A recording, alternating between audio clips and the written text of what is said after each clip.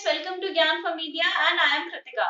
Friends, हमारे पिछले वीडियो में हमने बात की थी tools of public relation and corporate communication की, जिसमें हमारे साथ थी doctor Tanu Dang, who is an assistant professor in Khwaja Moinuddin Chishti language university in Lucknow and she is also a gold medalist from Patiala university. और मैम ने बताया था कुछ इंटरनल टूल्स के बारे में which are important to build public relations and corporate communication in any organization। और इसी कड़ी में आज हम लोग बात करेंगे एक्सटर्नल टूल्स की which are required to do so। इसके साथ ही साथ हमसे कमेंट करके हमारे कुछ व्यूअर्स ने पूछा था, जिसमें एक थी स्वाति गुप्ता। उन्होंने पूछा था कि पब्लिक रिलेशन और कॉर्पोरेट कम्युनिकेशन की कोई बुक जिसको वो रेफर कर सके for the preparation of UGC net. तो इस बारे में भी हम लोग चर्चा करेंगे इस वीडियो में। हम आपको बताएंगे कि वो कौन सी किताबें हैं जिनको आप पढ़ सकते हैं, आप रेफर कर सकते हैं to prepare for your exam related to public relations and corporate communication. इसके साथ ही अगर आप मास कम्युनिकेशन या जर्नलिज्म के स्टूडेंट हैं then also you can refer to these books. तो वीडियो को एंड तक देखिएगा फ्रेंड्स, ताकि आप पूरी जानकारी प्राप्त कर सकें और कोई भी इंफॉर्मेशन आपसे मिस ना हो। अगर आपने हमारे चैनल को अब तक सब्सक्राइब नहीं किया है तो डू सब्सक्राइब द चैनल, और या फिर आप अगर पहली बार हमारे चैनल पे आए हैं तो भी do subscribe the channel, also like the video and share the video. तो आज हम लोग बात करने वाले हैं external tools for public relations and corporate communication की बाय डॉक्टर तनु डंग। अब हम बात करते हैं एक्सटर्नल पब्लिक्स की। एक ऑर्गेनाइजेशन के लिए एक्सटर्नल पब्लिक्स कौन है? आपके कस्टमर्स, कंज्यूमर्स या prospective customers, government, media, influencers, opinion leaders, community, financial institutions, ये सब आपके एक्सटर्नल पब्लिक्स हैं। हम इनसे क्यों कम्युनिकेट करेंगे? To maintain, build and strengthen the reputation of the organisation in their minds. ये हमारा कोर है, सबसे इंपॉर्टेंट पर्पस है। देन कॉर्पोरेट आइडेंटिटी बिल्ड करने के लिए, ब्रांड मैनेजमेंट के लिए, मार्केट को एक्सपैंड करने के लिए, अपने प्रोडक्ट्स और सर्विसेज के बारे में लोगों को बताने के लिए, एक पॉजिटिव इमेज क्रिएट करने के लिए मार्केट में, स्टेक होल्डर्स को अपनी ऑर्गेनाइजेशन से जोड़ने के लिए, एक टू वे कम्युनिकेशन इस्टेब्लिश करने के लिए, एक प्लेटफॉर्म प्रोवाइड करने के लिए जहां पर हमें फीडबैक मिल सके। ये कुछ रीजंस हैं जिसके लिए हम यूजुअली एक्सटर्नल कम्युनिकेशन करते हैं। जब हम टूल्स की बात करते हैं एक्सटर्नल कम्युनिकेशन के, तो कुछ तो कॉमन टूल्स हैं जिसे हम हर किसी तक पहुंचने के लिए इस्तेमाल करते हैं, जिसमें सबसे कॉमन है रेडियो, प्रिंट एंड टेलीविजन। इसमें पेड कंटेंट के जरिए, स्पॉन्सर्ड प्रोग्राम्स के जरिए हम अक्सर अपने आइडियोलॉजीज को या अपने गोल्स को प्रमोट करने की कोशिश करते हैं। बहुत बार हम ऐसे प्रोग्राम्स की स्पॉन्सरशिप्स देते हैं जो हमारी आइडियोलॉजी से मिलते हुए होते हैं। Then another common tool is house journal, जिनके बारे में हम पहले डिस्कस कर चुके हैं। तीसरा जो है that is different printed material, जिसमें ब्रोशर आता है, लीफलेट आता है, लेटर हेड आता है, या पोस्टर्स आते हैं, या बिल बोर्ड्स आते हैं, या फ्लेक्स बैनर्स आते हैं। ये सब हम या कैटलॉग्स आते हैं। ये भी एक्सटर्नल पब्लिक से कम्युनिकेट करने का एक बहुत ही इंपॉर्टेंट टूल है जिसको हम अक्सर इस्तेमाल करते हैं। अब हम स्पेसिफिक लोगों की बात करते हैं। जब हम कस्टमर से रिलेशनशिप मेंटेन करने की या कस्टमर से कम्युनिकेशन की बात करते हैं, जिसको आजकल CRM या कस्टमर रिलेशनशिप मैनेजमेंट भी कहा जाता है, तो हम किन टूल्स का इस्तेमाल करते हैं? स्पॉन्सरशिप्स करते हैं हम प्रोग्राम्स की, हम रोड शोज करते हैं। आपने अक्सर देखा होगा कि बाइक्स लेकर वैन्स खड़ी होती हैं जिसमें वो इंटरेक्शन कर रहे होते हैं। Then you have events. आपने देखा होगा मॉल्स के अंदर आपको अक्सर दिखेगा कि ग्राउंड फ्लोर पे कुछ स्टेज लगा हुआ है और वहाँ पे किसी ना किसी ब्रांड का कोई प्रमोशनल एक्टिविटी चल रही है जिसमें वो लोगों को एंगेज करते हैं। सोशल मीडिया बहुत ही कॉमन प्लेटफॉर्म है जिसमें हम ज़्यादा से ज़्यादा कस्टमर्स के साथ एंगेज करने की कोशिश करते हैं। आज के टाइम में ये और भी ज़्यादा बढ़ गया है क्योंकि डिजिटल PR का ज़माना है, और कस्टमर एंगेजमेंट के लिए हम बहुत ज़्यादा यूट्यूब चैनल्स का, इंस्टाग्राम पेजेस का इस्तेमाल कर रहे हैं। फेसबुक एक कॉमन टूल है। बहुत सारे जो HR ऑफिसर्स होते हैं, HR पर्सनस जो होते हैं ऑर्गेनाइजेशंस के, वो लिंक्डइन पर भी एक्टिव रहते हैं जिससे कि वो अच्छे एम्प्लॉयज़ को ढूंढ पाएँ और कहीं ना कहीं अपनी ऑर्गेनाइजेशन की रेपुटेशन को बढ़ावा दे पाएँ अपनी प्रेजेंस से। ब्लॉग्स एक कॉमन जरिया है जिसके थ्रू हम कस्टमर्स तक पहुंचने की कोशिश करते हैं, जिसमें पेड ब्लॉग्स भी आते हैं। Then another very important tool that we use to reach out the customers is through paid paid मतलब एडवर्टोरियल्स जिसे आप कहते हैं, या पेड कंटेंट जो आप टेलीविजन पर देखते हैं। वो अक्सर एक बहुत ही कारगर तरीका इस्तेमाल इस्तेमाल किया जाता है। एसएमएस, आजकल आपने देखा होगा कि आप किसी मॉल में जाते हैं तो एसएमएस के थ्रू आपके बर्थडे पे, आपकी एनिवर्सरी पे आपके पास मैसेजेस आते हैं to wish you know and also to invite you. That is also a very important PR activity that we use. FM आजकल बहुत पॉपुलर चैनल हो गया है जिसका हम इस्तेमाल करते हैं। व्लॉग, ब्लॉग, ये सारे बहुत इंपॉर्टेंट टेक्निक्स हो गई हैं जिसका हम इस्तेमाल करते हैं।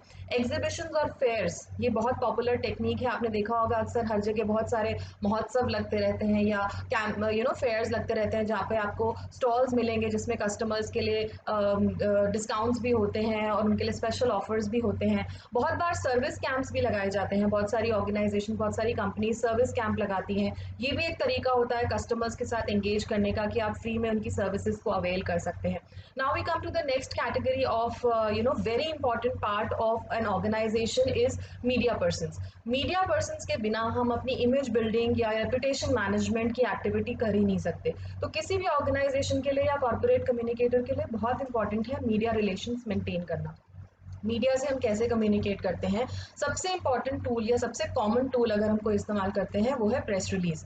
प्रेस रिलीज में और इसके साथ साथ प्रेस नोट, दोनों में क्या डिफरेंस है? जब हम किसी को इनवाइट करते हैं अपने यहाँ तो इवेंट खत्म होने के बाद जब हम पूरे इवेंट की डिटेल्स देते हैं they are generally carried in the press release. लेकिन जब मीडिया पर्सन आपके पास आता है तो उसको तब भी कुछ इन्फॉर्मेशन चाहिए होती है कि ये इवेंट है क्या। उसकी जब जानकारी हम उसको बिफोर हैंड दे देते हैं in a printed form, that is called a press note. इसके साथ ही जुड़ा हुआ एक और चीज है जिसको हम टूल्स में यूज करते हैं, दैट इज बैकग्राउंडर, जिसमें हम पूरी कंपनी की ओवरऑल इमेज या उसकी पास्ट परफॉर्मेंसेस कैसी रही हैं, उसका ग्रोथ रेट क्या है, एक्सपेक्टेड प्रॉफिट्स क्या हैं, ये सारी जानकारी जब हम देते हैं that means giving all the background information जिसकी रिपोर्टर को जरूरत होगी जब वो आपके लिए जब आपके लिए वो एक स्टोरी तैयार करेगा। प्रेस कॉन्फ्रेंस एक कॉमन टूल है। प्रेस ब्रीफिंग एक और कॉमन टूल है जिसको हम पब्लिक रिलेशन में इस्तेमाल करते हैं। इसके अलावा फील्ड ट्रिप्स, जिसको अब फैम ट्रिप्स कहा जाता है या फेमिलराइजेशन ट्रिप्स कहा जाता है, ये कॉमन टेक्निक है जिसमें हम मीडिया पर्सन्स को उस जगह लेके जाते हैं जहाँ प्रॉबेबली हमारा नया ऑफिस है या हमारा नया कोई हमने काम शुरू किया है, हम दिखाना चाहते हैं मीडिया को उसके बारे में। बहुत सारे होटल्स और ये जो ट्रैवल डेस्टिनेशंस वाले होते हैं वो स्टे भी ऑफर करते हैं मीडिया पर्सन्स को। मीडिया इंटरव्यूज एक और बहुत कॉमन टेक्निक है जो मीडिया से इंटरैक्ट करने के लिए हम इस्तेमाल करते हैं। Next we come to a very important segment again, because एक कंपनी जो है वो कम्युनिटी या एक सोशल स्ट्रक्चर में ऑपरेट करती है, it is very important to interact with the community.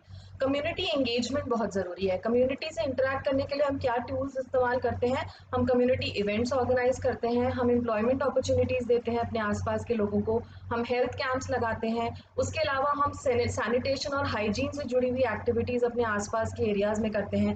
एक बहुत इंपॉर्टेंट टर्म जो इससे जुड़ा हुआ है जिसके बारे में आपको पता होना चाहिए बिकॉज नेट के पर्सपेक्टिव से ये बहुत इंपॉर्टेंट है, that is CSR, corporate social responsibility. Corporate social responsibility basically जो कंपनीज एक्ट है उसमें अमेंडमेंट के थ्रू अप्रैल 2014 में इंट्रोड्यूस किया गया था, जिसके बाद गवर्नमेंट ने मैंडेटरी कर दिया था कि जो हाई प्रॉफिट अर्निंग कंपनीज हैं उनको अपने उसमें स्लैब्स तय हैं कि कितना आपका प्रॉफिट होगा, तो आप 2% अपने प्रॉफिट का सोसाइटी की डेवलपमेंट के लिए उसका इस्तेमाल करेंगे, तो ये CSR कहलाता है। इसी से जुड़ा हुआ एक और कॉन्सेप्ट है, and let me tell you, India is the first company और फर्स्ट कंट्री जिसने ये मैंडेटरी कर दिया है, जितनी भी हाई अर्निंग कंपनीज हैं उनके लिए मैंडेटरी कर दिया है कि वो अपने प्रॉफिट्स का 2% शेयर मैंडेटरली सोसाइटी की डेवलपमेंट की एक्टिविटीज के लिए खर्च करेंगी। और इसी से जुड़ा हुआ एक और बहुत इंपॉर्टेंट कॉन्सेप्ट है, that is triple bottom line. Now this concept was given by John Elkington, और जॉन एल्किंटन ने ये कहा था कि किसी भी कंपनी या किसी भी ऑर्गेनाइजेशन का सक्सेस तब असल में माना जाएगा जब वो तीनों एरियाज में सक्सेसफुली परफॉर्म करती है।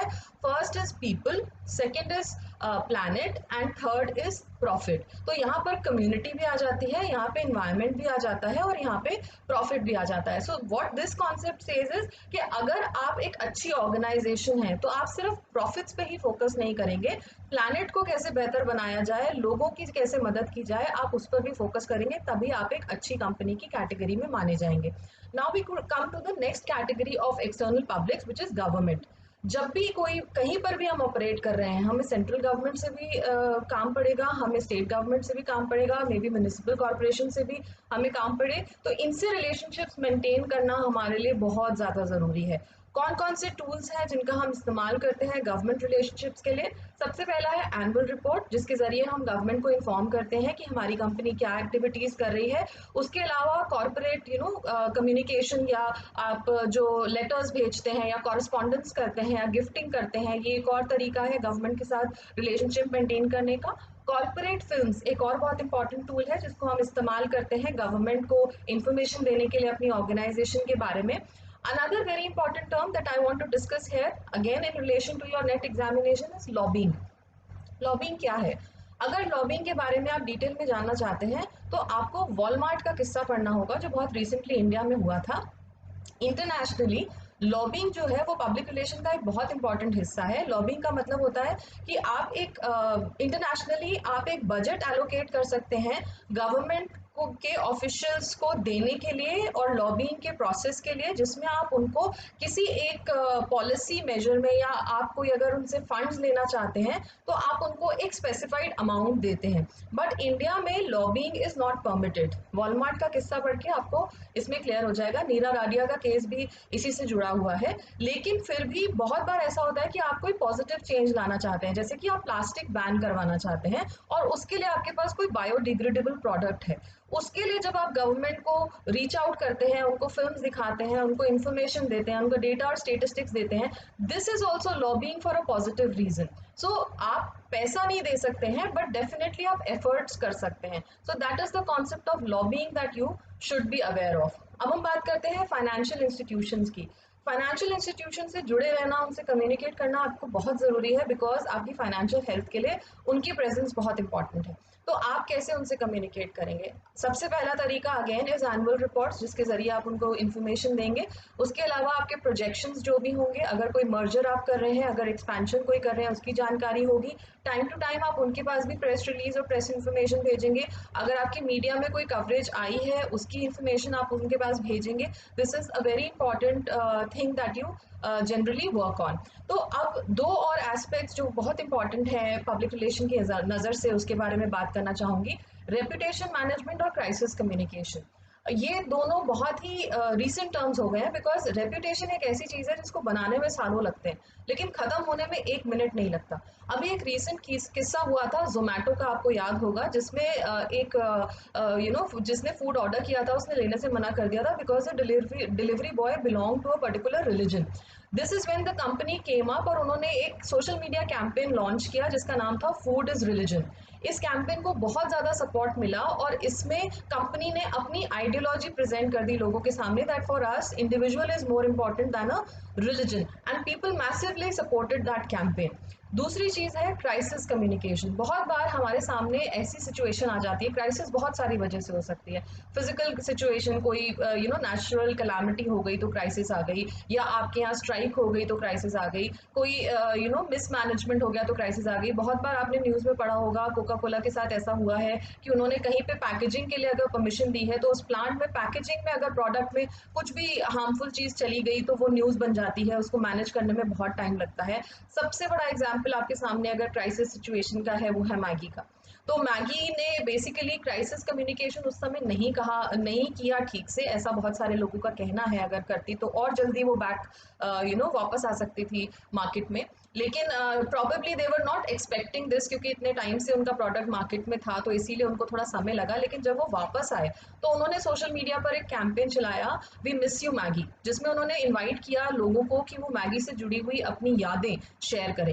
Now these kinds of campaigns actually, social media आजकल रेपुटेशन मैनेजमेंट, क्राइसिस कम्युनिकेशन में एक बहुत इंपॉर्टेंट रोल प्ले करता है, बिकॉज ये एक इंस्टेंट मीडिया है जो इंस्टेंटली लोगों तक पहुंचता है और आपको बहुत जल्दी इंफॉर्मेशन स्प्रेड करने में मदद करता है। So now this is becoming the most important area of public relation communication. कुछ और टूल्स की हम बात कर लेते हैं जो हम एक्सटर्नल पब्लिक्स को एड्रेस करने के लिए हम जिसका इस्तेमाल करते हैं। आजकल एक बहुत कॉमन ट्रेंड है, यूट्यूब पर बहुत सारे लोग अपने चैनल्स रन कर रहे हैं, तो हम इन्फ्लुएंसर्स का इस्तेमाल करते हैं हमारे प्रोडक्ट या सर्विस या कंपनी को प्रमोट करने के लिए। इसके अलावा सोशल मीडिया में हम ब्लॉग्स का या ब्लॉगर्स का भी इस्तेमाल करते हैं।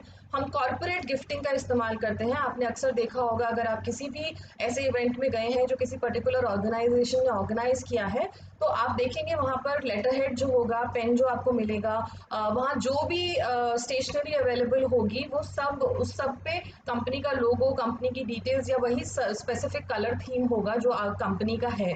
तो ये भी कहीं ना कहीं कंपनी की इमेज को प्रमोट करते हैं। देन कॉर्पोरेट आइडेंटिटी बिल्डअप करने के लिए, जैसे मैंने आपको पहले भी बताया कि यूनिफॉर्म्स हमारी क्या है, हमारा डेकोर कैसा है, हमारा लेटर हेड कैसा है, ये सारी चीज़ें भी बहुत इंपॉर्टेंट रोल प्ले करती हैं आपकी कॉर्पोरेट आइडेंटिटी को बिल्डअप करने में, और ये भी कम्युनिकेशन का बहुत इंपॉर्टेंट टूल है। देन हमारी प्रोग्रेस रिपोर्ट अगर हम तैयार करते हैं, वो भी एक बहुत इंपॉर्टेंट टूल है कम्युनिकेशन का।